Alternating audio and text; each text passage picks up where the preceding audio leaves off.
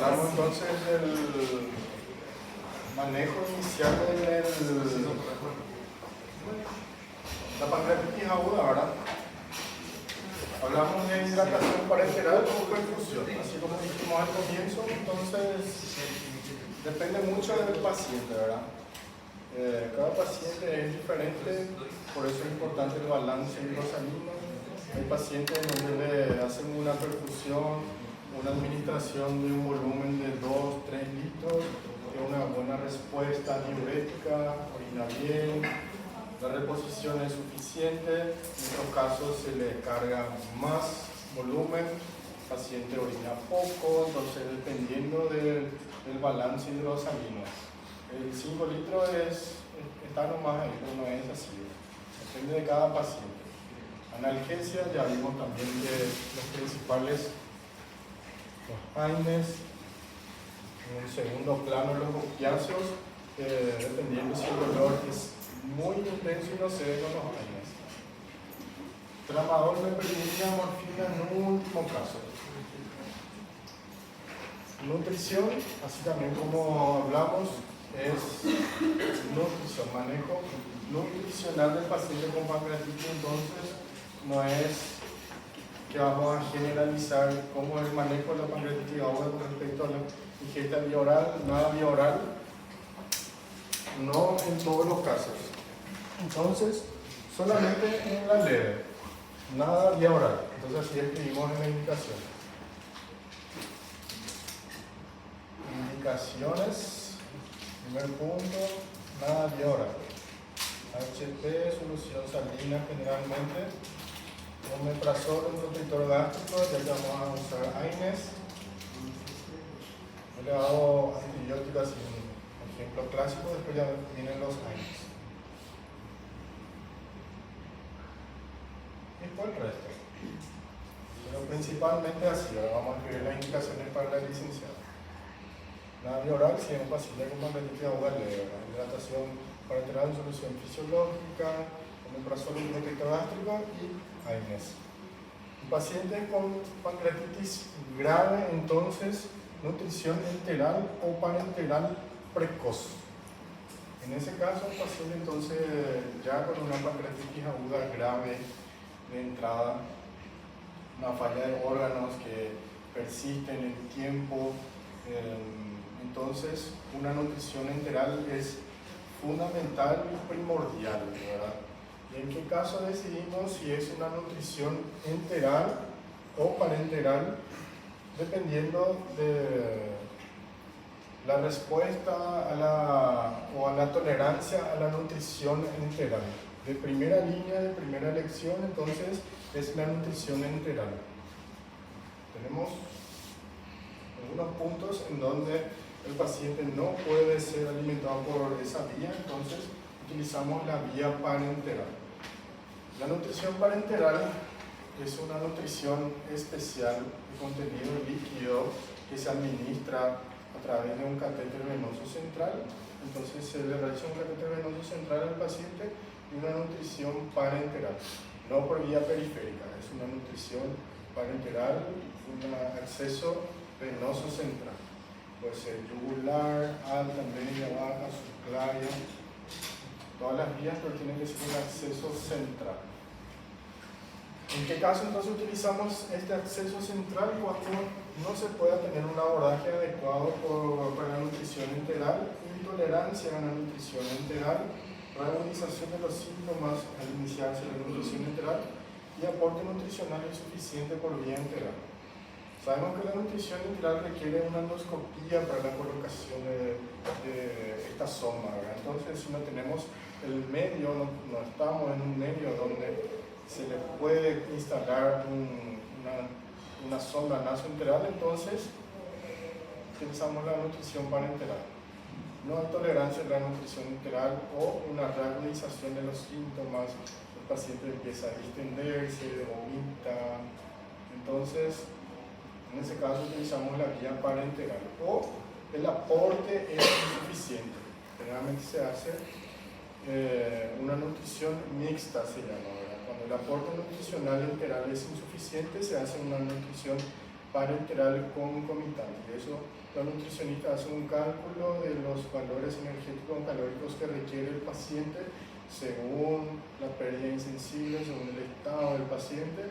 Entonces indica una nutrición mixta, nutrición enteral y una nutrición parenteral.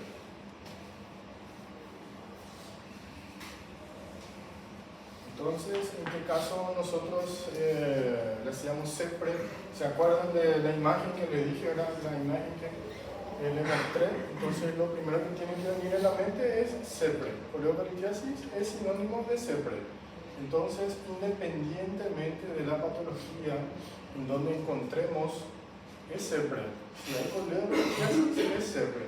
Por más que sea una pancreatitis aguda, incluso eso o esa entidad es la indicación precisa de CEPRE en una pancreatitis aguda. Nosotros vimos que la pancreatitis aguda tiene varias clasificaciones o progresos: leve, moderada, grave, crítica o severa, ¿verdad? En ninguno de los casos vimos la patología y en ninguno de los casos hay indicación de CEPRE, solamente excepciones, y esas excepciones son en estos casos una colangitis evidenciada. Ahora sabemos cuál es la clínica de la colangitis. Hacemos un diagnóstico de colangitis concomitante con la pancreatitis aguda, necesariamente se tiene que hacer CEPRE, sí o sí se tiene que hacer CEPRE para descomprimir y drenar la vía biliar, o una evidencia de coleocolitiasis, no una colangitis necesariamente, pero evidenciamos una coleocolitiasis. La única forma o la forma ideal de resolver el cuadro es a través de una endoscopia, que es la CEPRE, ¿verdad? Entonces, cuando hay coleocolitiasis, CEPRE independientemente del diagnóstico o no de una pancreatitis. Y obviamente si tenemos una colangitis con más razón, ¿verdad? Antibióticos en paciente con pancreatitis aguda, por más que tenga una evolución tórpida en los primeros días, mala evolución, leucocitosis, fiebre, y no tenemos una evidencia de un proceso infeccioso, no tiene indicación de antibiótico terapia, ¿verdad? No se recomienda la administración de antibióticos profilácticos. Se inicia cuando hay sospecha o alta sospecha de infección de la necrosis pancreática. Solamente en alta sospecha, al transcurrirse por lo menos 14 días. Los primeros días por el síndrome de respuesta inflamatoria, el paciente puede cursar con una leucocitosis y fiebre persistente. Entonces eso no es indicación, a no ser que tengamos marcadores como la procalcitonina en valores en ascenso. Vimos 1.5 era el valor, ¿verdad? Alto indicador de un proceso infeccioso.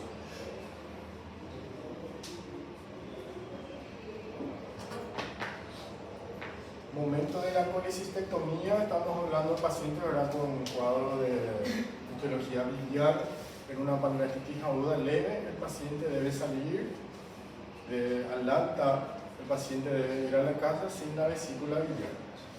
Debe recibir la colecistectomía, debe someterse a la colecistectomía dentro del día 3 y 5 de la enfermedad. Ese es el parámetro, ¿verdad?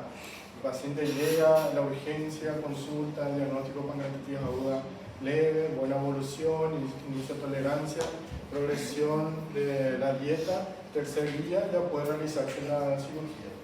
Idealmente una colecistectomía videolaparoscópica y una colangiografía intraoperatoria o peroperatoria. Eso quiere decir que se coloca un catéter en el cístico, después de sacar la vesícula se hace una colangiografía, una radiografía permeable el conducto colédoco, se retira otra vez el catéter, se cierra, va a la casa. Eso es lo ideal. Esto sí se hace colangiografía intraoperatoria de forma sistemática. ¿Qué significa eso? A todos los pacientes. Eso es relativo, eso todavía no está bien definido, pero que sí se hace la colecistectomía antes del alta en un paciente con pancreatitis aguda leve, eso sí ya está sistematizado. Entonces no tengan miedo de responder que un paciente con pancreatitis aguda leve, entonces el alta debe someterse a una colecistectomía. Sin embargo, cuando la evolución es tórpida, una pancreatitis aguda moderada en adelante, depende, ¿verdad? Entonces, una pancreatitis aguda moderada depende de cómo cursa, pero la colecistectomía no se realiza durante la internación, de moderada en adelante. Eso tiene que tener en cuenta también. Y la cirugía que nosotros hacemos en la pancreatitis es por las complicaciones locales, es lo que le dibujé acá. Cuando hay una colección propiamente dicha, un pseudoquiste o una necrosis infectada, o sea, una necrosis con pared infectada. En muchos de los casos se resuelve solo, pero si no se resuelve solo, hay que realizarle la cirugía del páncreas propiamente dicho, ¿verdad? Entonces, la cirugía se realiza en qué momento? Mínimamente 4 semanas después del inicio de la enfermedad. No realizar antes de las 4 semanas porque se relaciona a un aumento de la mortalidad del paciente. Por más que el paciente esté con un proceso infeccioso ya instalado dentro de las 4 semanas, se recomienda tratar de arrastrar o prolongar el estadio de la enfermedad para poder realizar la cirugía. Le sometemos a un paciente a una cirugía pancreática dentro de las 4 semanas, entonces aumenta el riesgo, aumenta la morbimortalidad. No es que disminuye, dependiendo del caso, aumenta la morbimortalidad.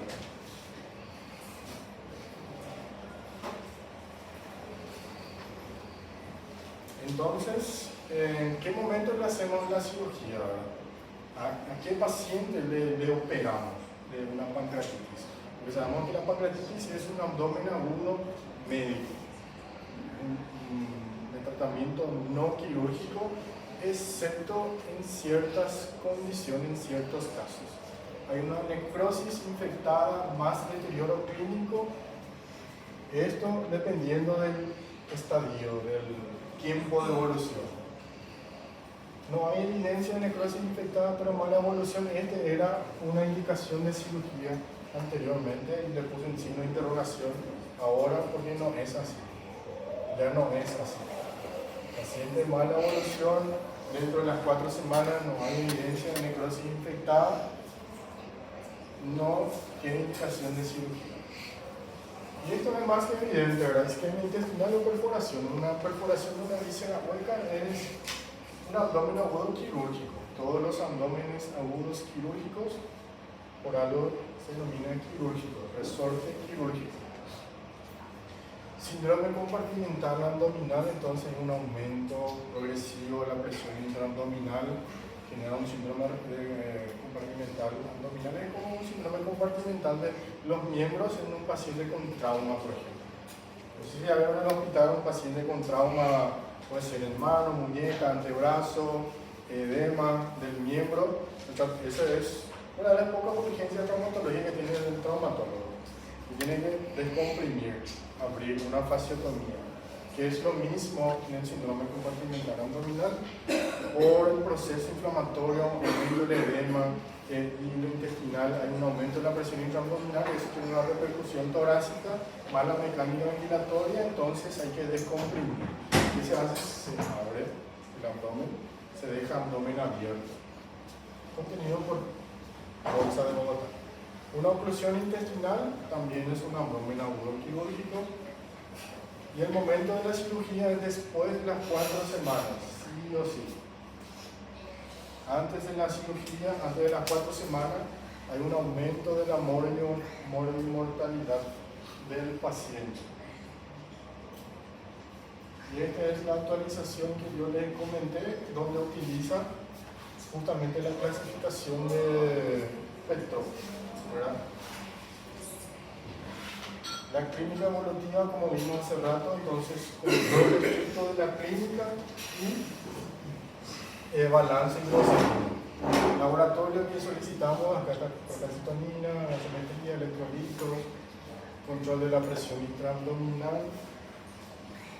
Nutrición, en ellos llegaron a una conclusión que en algunos casos, algunos estudios describen que se puede alimentar el paciente por sonda nasogástrica.